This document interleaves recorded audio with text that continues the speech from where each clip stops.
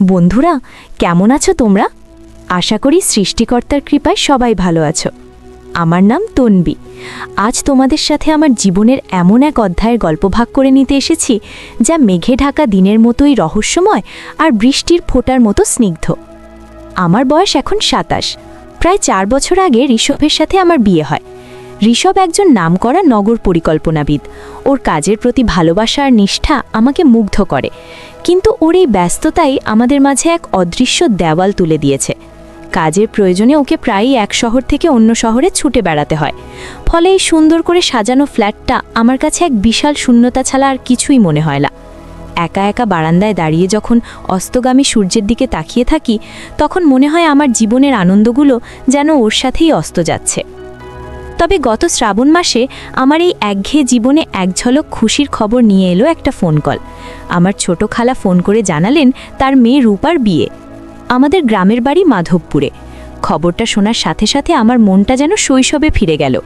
মাধবপুরের সেই মাটির রাস্তা, শান বাঁধানো পুকুর ঘাট আর খেলার সাথীদের মুখগুলো একে একে চোখের সামনে ভেসে উঠল।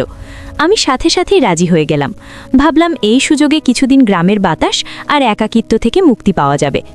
যাবার দিন যতই কাছে আসছিল, আমার উত্তেজনা ততই বাড়ছিল। ঋষভকে সব জানালাম। ও বরাবরের মতোই ফোনে বলল, তন্বী, তুমি তো জানো এই প্রকল্পটা আমার জন্য কতটা গুরুত্বপূর্ণ।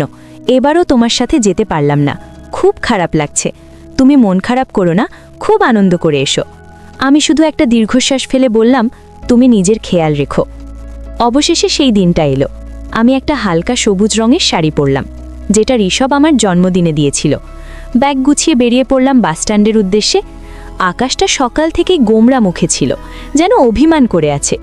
আমার আসলেই মেঘলা আবহাওয়াটা বেশ লাগছিল। মনে হচ্ছিল আকাশটাও যেন আমার মনেরই প্রতিচ্ছবি। বাসের জানালার পাশে বসে বাইরের দৃশ্য দেখতে দেখতে কখন যে সময় কেটে গেছে বুঝতেই পারিনি। মাধবপুরের বাসস্ট্যান্ডে যখন নামলাম, তখন টিপটিপ করে বৃষ্টি শুরু হয়েছে। আমি ছাউনির নিচে দাঁড়িয়ে আমার খালাতো ভাই সৌরভকে ফোন দিলাম। ওরই আমাকে নিতে আসার কথা। সৌরভ ফোন ধরে জানালো, দিদি, আর 5টা মিনিট অপেক্ষা করো, আমি প্রায় চলে এসেছি। কিন্তু 5 মিনিট পেরোনোর আগেই প্রকৃতি যেন তার সমস্ত অভিমান উগরে দিল। টিপটিপ বৃষ্টি মুহূর্তেই মুষলধারার বর্ষণের রূপ নিল। চারদিক বৃষ্টির সাদা চাদরে ঢেকে গেল, আর তার সাথে যোগ হলো মেঘের গভীর গম্ভীর গর্জন। ছোটবেলা থেকেই আমার মেঘের ডাকে ভীষণ আতঙ্ক। ভয়ে আমার বুকটা কেঁপে ওঠে। বাসস্ট্যান্ডের পুরনো ছাউনিটা বৃষ্টির তোড় সামলাতে পারছিল না।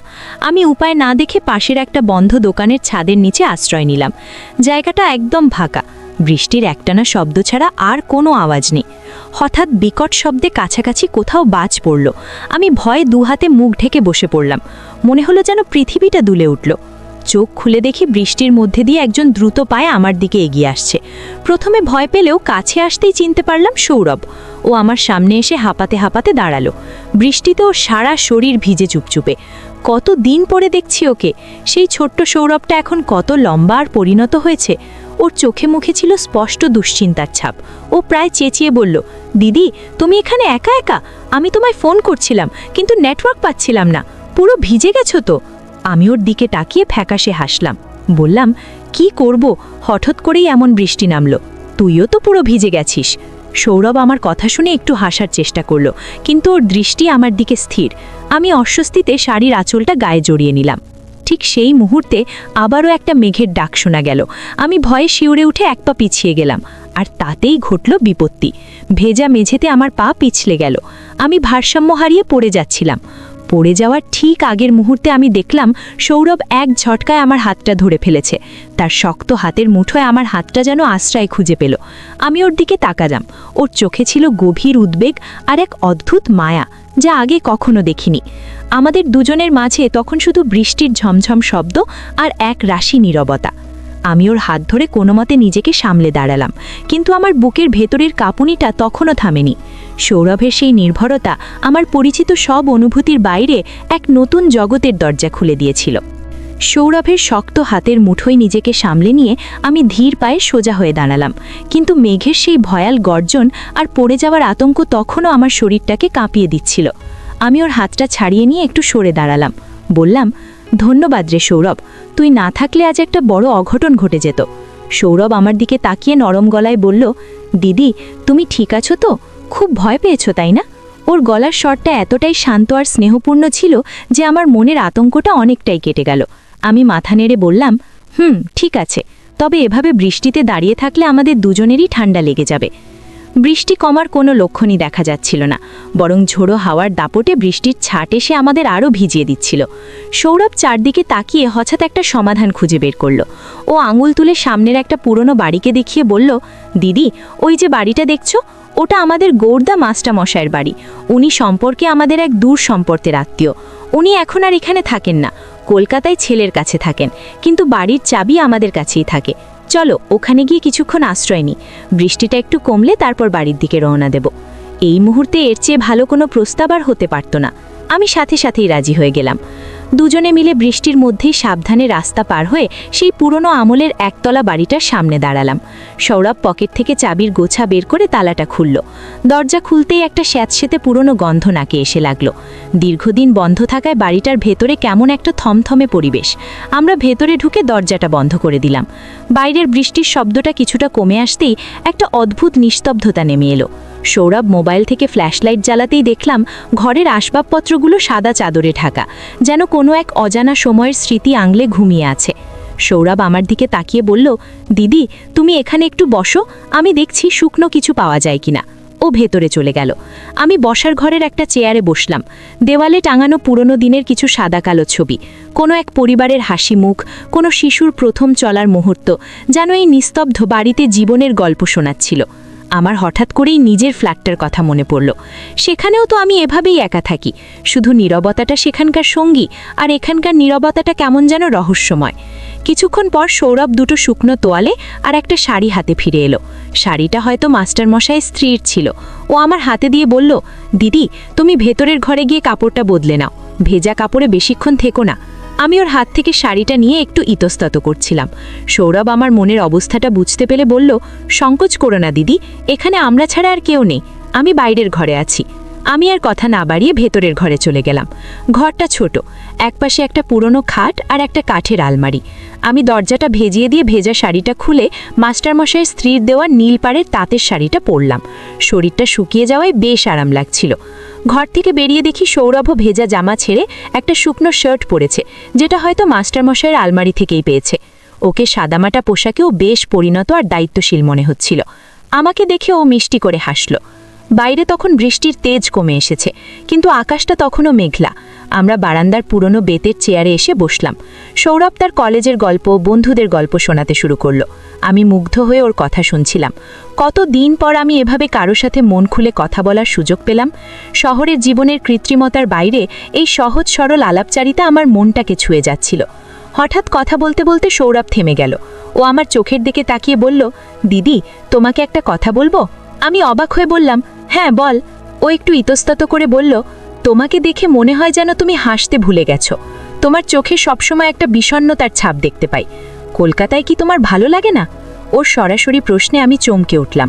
আমার ভেতরের যে কষ্টটা আমি সবার থেকে আড়াল করে রাখি, সেটাই ছেলেটা এত সহজে ধরে ফেলল। আমার চোখ দুটো ছলছল করে উঠল। আমি মুখ ঘুরিয়ে নিলাম, যাতে ও আমার চোখের জল দেখতে না পায়। সৌরভ আমার পাশে এসে দাঁড়ালো। ও আমার কাঁধে হাত রাখল না বা কোনো সান্ত্বনার কথাও বলল না, শুধু খুব শান্ত গলায় বলল, যদি কখনো মন খারাপ হয় বা কারো সাথে কথা বলতে ইচ্ছে করে, আমাকে ফোন করিস দিদি। আমি হয়তো তোমার সব সমস্যার সমাধান করতে পারবো না, কিন্তু আমি তোমার কথাগুলো শোনার জন্য সব সময় থাকব। ওর এই কথাগুলো আমার মনের গভীরে গিয়ে আঘাত করল। আমি আর নিজেকে সামলাতে পারলাম না। আমার চোখ দিয়ে জল গড়িয়ে পড়ল। সৌরভ চুপচাপ আমার পাশে দাঁড়িয়ে রইল, আমাকে কাঁদার সুযোগ করে দিল। সেই মুহূর্তে ওর সান্নিধ্য আমার কাছে এক বিশাল আশ্রয় বলে মনে হলো। আমি বুঝতে পারলাম, আমাদের দুজনের মধ্যে শুধু ভাই বোনের সম্পর্ক নয়, এর বাইরেও এক নতুন গভীর বন্ধুত্বের সম্পর্ক তৈরি হচ্ছে। এই সম্পর্কটা আমার একাকী জীবনে এক নতুন আশার আলো নিয়ে এসেছিল। সৌরভের সেই শান্ত আর স্নেহপূর্ণ কথাগুলো আমার মনের ভেতরের সব জমানো কষ্টকে যেন গলিয়ে দিয়েছিল। আমি মুখ ঘুরিয়ে আঁচল দিয়ে চোখ মুছলাম, নিজেকে সামলে নিয়ে ওর দিকে তাকিয়ে একটা ম্লান হাসি দিয়ে বললাম, তেমন কিছু না রে, আসলে অনেক দিন পর তোদের কাছে এসে, গ্রামের এই পরিবেশে এসে মনটা একটু আবেগপ্রবণ হয়ে পড়েছে।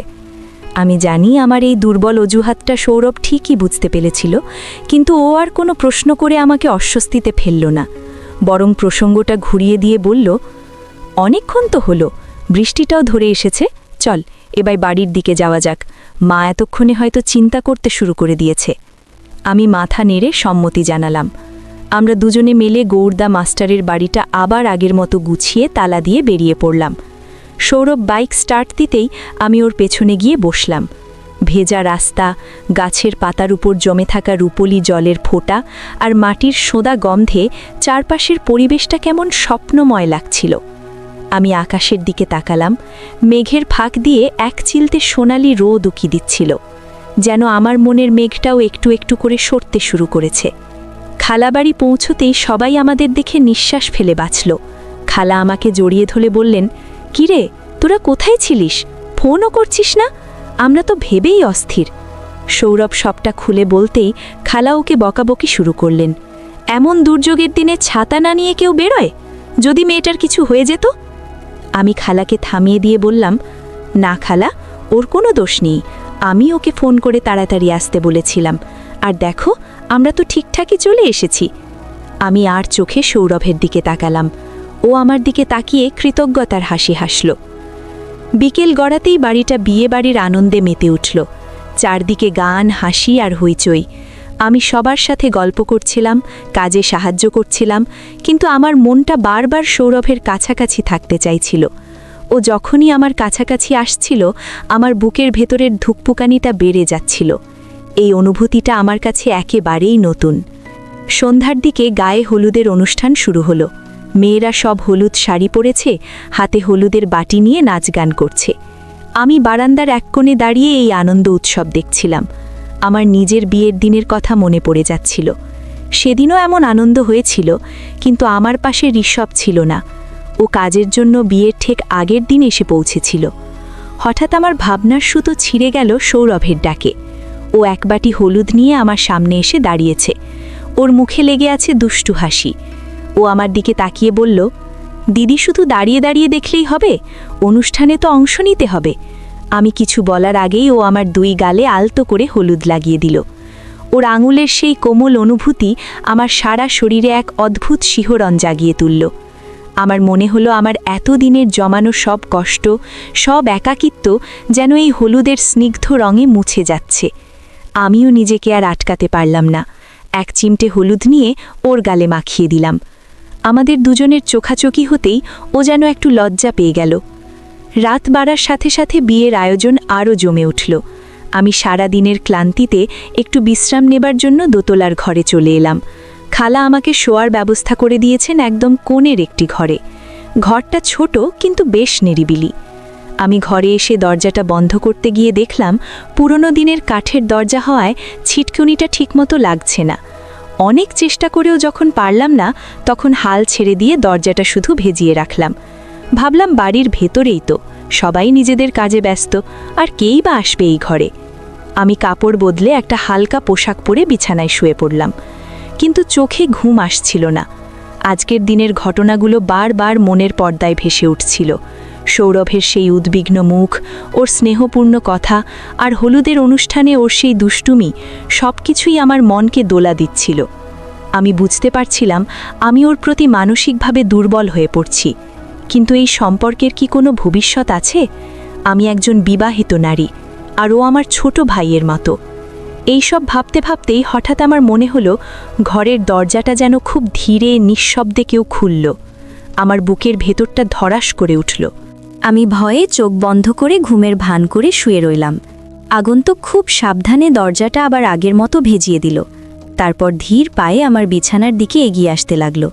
আমার হৃৎপিণ্ডটা এমনভাবে লাথাচ্ছিল যে মনে হচ্ছিল শব্দটা বুঝি বাইরে থেকেও শোনা যাবে। ছায়ামূর্তিটা আমার বিছানার পাশে এসে দাঁড়ালো। তারপর যা ঘটল তা আমার কল্পনার বাইরে ছিল। ও কোনো শব্দ না করে আমার বিছানার পাশে মেঝেতে পাতা একটা ছোট মাদুরে বসে পড়ল।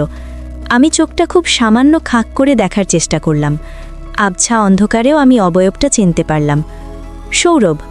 আমি অবাক হয়ে গেলাম। ওইখানে কেন? ও কি চায়? আমি নড়াচড়া করার সাহস পেলাম না। ও শুধু চুপচাপ বসে রইল, যেন আমার ঘরের নীরবতার একজন অংশীদার হতে এসেছে।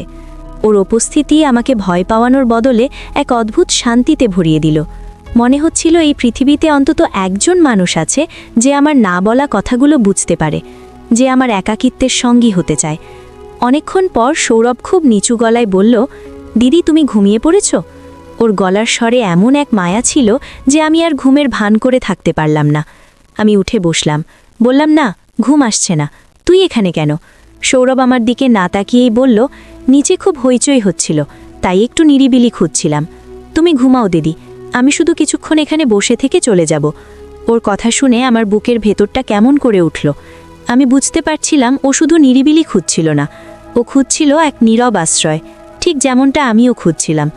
আমি ওর দিকে তাকিয়ে বললাম, মেঝেতে কেন? খাটে এসে বস।